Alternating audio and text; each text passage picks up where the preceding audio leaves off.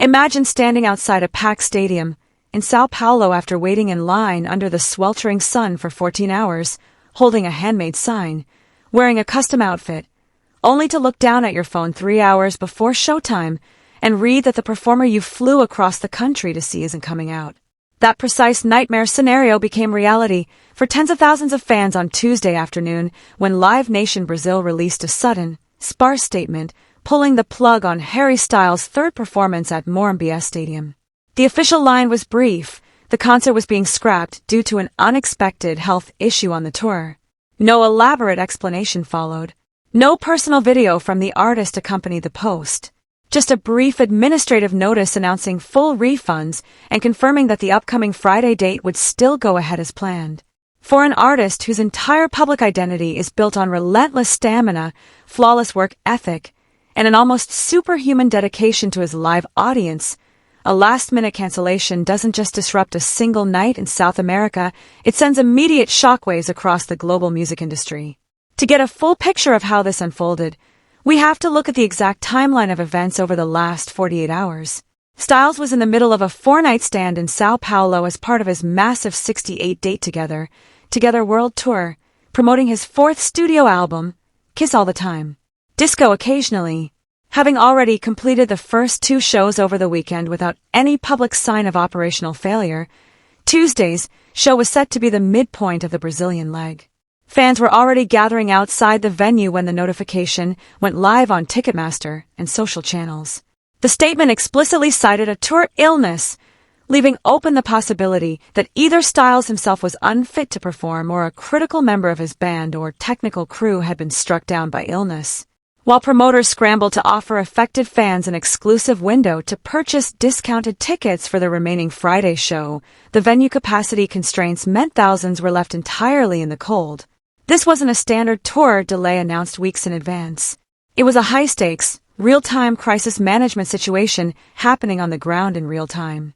What made this specific cancellation spark such intense online concern was not just the timing, but the mounting context of the past several weeks. Up until Tuesday, Styles had achieved an extraordinary run of uninterrupted shows, powering through 10 nights in Amsterdam and a record-shattering 12-night residency at Wembley Stadium in London without missing a single beat. However, eagle-eyed attendees at recent shows had already started noticing subtle cracks in the armor. During his Wembley residency last month, a terrifying clip went viral across TikTok and X showing Styles choking on water during his signature whale fountain routine, where he sprays water into the air on stage. In that instance, he swallowed incorrectly, collapsed onto his back, and lay on the stage coughing while clutching his chest to regain his breath. Though he eventually got up, waved to the crowd, and finished the set like a seasoned professional, the visual of one of the world's biggest pop stars visibly struggling on stage left a deep impression on his core audience. When Tuesday's news broke, social media platforms immediately ignited with a mixture of heartbreak, defensive outrage, and intense debate. Within minutes, hashtags related to the Sao Paulo show were trending globally. TikTok feeds were flooded with videos of fans weeping outside Morumbi Stadium, showing the literal physical toll of waiting in line for hours only to receive a generic push notification. On X and Reddit, fan spaces quickly splintered into separate camps.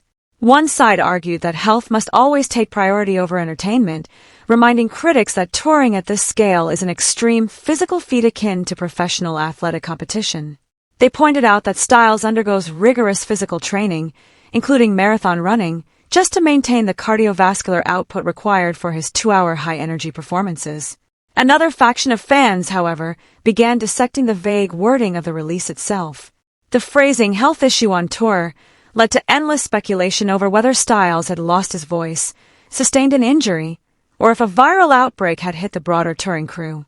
This situation escalates beyond standard pop culture news because it exposes a fundamental tension at the heart of modern megatouring. We are currently living in an era where stadium tours are no longer just music performances. They are massive, industrial-scale endurance tests. When an artist announces a 68-date schedule that includes multi-night stadium runs in Europe, South America, Mexico City, and a grueling 30-night residency at Madison Square Garden in New York, the margin for physical error drops to absolute zero. An artist's body is not a machine. Yet the financial machinery built around them treats every open night as an unacceptable loss.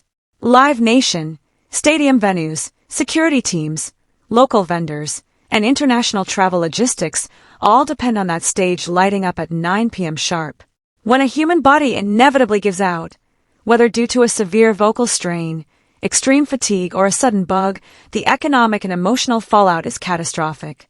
Looking at what this says about consumer culture and fan expectations, the reaction to the Sao Paulo cancellation reveals a fascinating shift in how audiences view famous performers. For decades, the old-school entertainment ethos demanded that the show must go on regardless of personal cost. Legendary artists were expected to perform through high fevers, broken bones, and vocal hemorrhages, with such sacrifices framed as badges of honor. Today's fan base, particularly Gen Z and millennial audiences who have grown up with a heightened awareness of mental health and physical burnout, holds a far more nuanced view. While the initial disappointment of a canceled show is undeniably painful, the predominant narrative among long-term fans has been a fierce defense of his right to rest. Fans were quick to highlight that this was the single first show Harry Styles has been forced to scrap on this entire album cycle, proving that he does not pull out of commitments lightly. At the same time, we cannot ignore the economic reality facing international fans in regions like South America. Unlike North America or Western Europe, where major pop stars tour with high frequency, fans in Brazil often wait years for a single opportunity to see their favorite artist live. Many ticket holders save up for months, arrange interstate transport, pay for expensive hotels, and take unpaid leave from work just to attend a single evening. When a show is canceled with 3 hours' notice, a ticket refund covers only a fraction of the actual financial loss incurred by the individual consumer. The hotel booking is non-refundable. The bus or plane ticket is already used. The loss isn't just missing a concert, it is the complete evaporation of a major financial and emotional investment. That reality creates a complex ethical paradox where sympathy for the artist's health collides directly with the valid frustration of working-class fans.